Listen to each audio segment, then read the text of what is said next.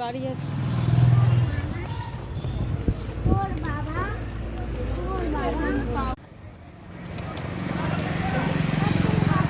বাবু এই দেখো, এই জায়গাটার নাম হচ্ছে কাছড়া। এখানে সবজি পাওয়া যায়। সোমবারে এখানে প্রচুর ভিড় হয়, বুঝেছো?